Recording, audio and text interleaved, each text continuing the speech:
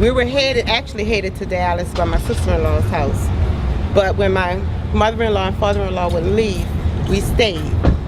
So one of the nieces had just made groceries. So we had a deep freezer full of food that we were able to survive off each day.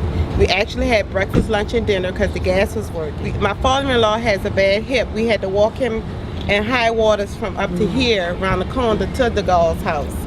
And he had a panic attack there.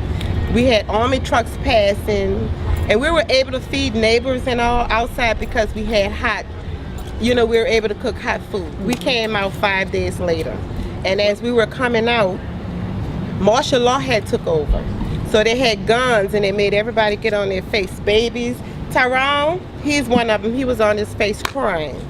And my mother-in-law, which is 73, she was on her face. And I got in a car today, I really can't see because they had my son and my husband with guns in their face. And I just began to cry out on the name of God. And just saying, we've been through enough. Why are they, the guns, the old people, the babies, why do you have guns in their face? So when I began to sit there and cry and pray and cry out on the name of God, everything just started turning around. The people started helping us instead of going against us. It brought us together to have compassion for each other. Because even though he had little, I gave that for this little boy to be, dry. Then they had another baby had fever in the line.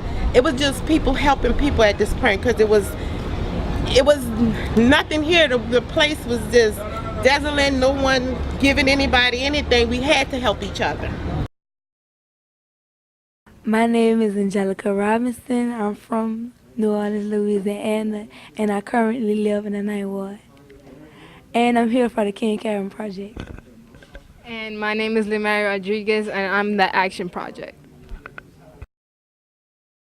What exactly is the Kid Camera Project?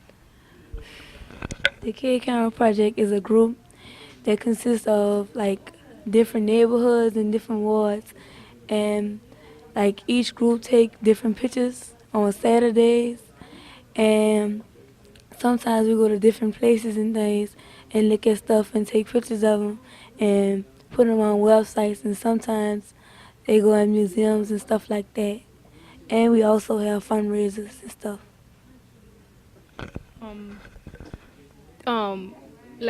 What's your favorite part about this project? Well, my favorite part is actually taking the pictures because when I take my pictures, I express myself and I get to write poems about the pictures that I take. By expressing yourself through the pictures, what do you mean by that? Well, I feel that everybody have a different point of view, and when I take my pictures, I take my point of view, and I get to show everybody my point of view. What kinds of pictures have you taken? I've taken pictures of trash and people. And, what do you see in those pictures that makes you want to take it? How it should have been with the trash, it should have been cleaned up, but it's still there. And besides talking about it, what else do you do with the pictures? I write about it, write something about it. You write what you see, or you write more? What I see. Okay. What part do you like the most? When I put cameras on our bikes with duct tape and going around taking pictures of people. What is your favorite picture that you took so far? A police car, and when it looked like my friend's head was on the front of it when he was riding his bike.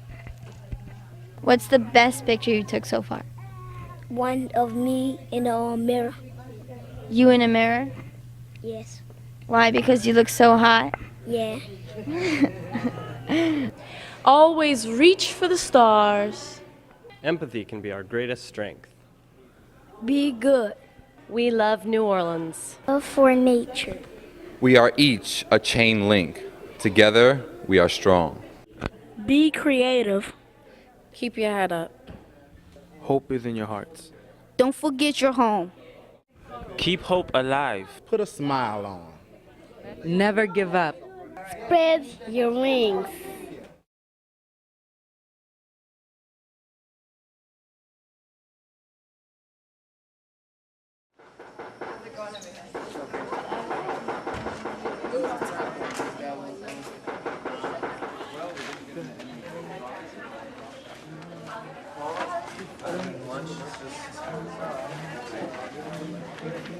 literally starting to get hard. It's kind of flaky. What are you here for? My FEMA trailer. FEMA, you say? Thank Wow. you. Mary, hi. They put me here in this room again. I got the bin back. Really? So you can help me? You can actually give me a bigger FEMA trailer? With that sense of home, that sense of pride, that can easily be thrown. And I'm going to try and let it settle. There you go. Okay. Now listen. This went well. What's the hand? The hand is kind of like after Katrina, everybody started to help and stuff. So it's kind of like a helping hand.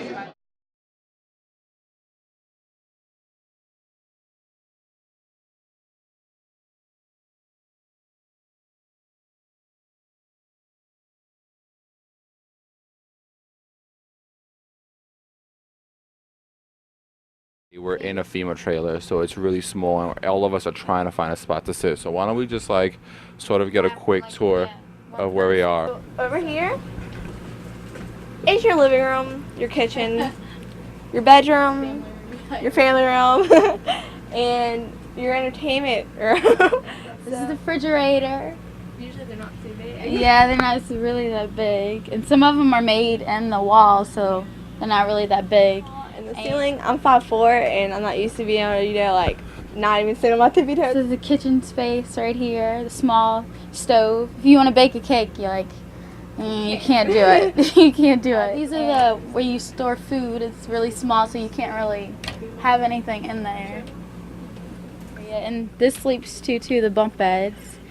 And here's another closet space. Basically, you walk in and you see a very, very small futon that, the trailer is supposed to sleep 8. The only humanly way possible is for this one right here to hold 2 people. For the bed right there that really isn't that big. I mean, you can tell from it's really hard to go in there. And the bathroom's really small. I don't think we're both going to be able to fit in here. And there's the tub. And they have smaller ones than this one. This is the largest tub I've ever seen in a FEMA trailer. And here it is.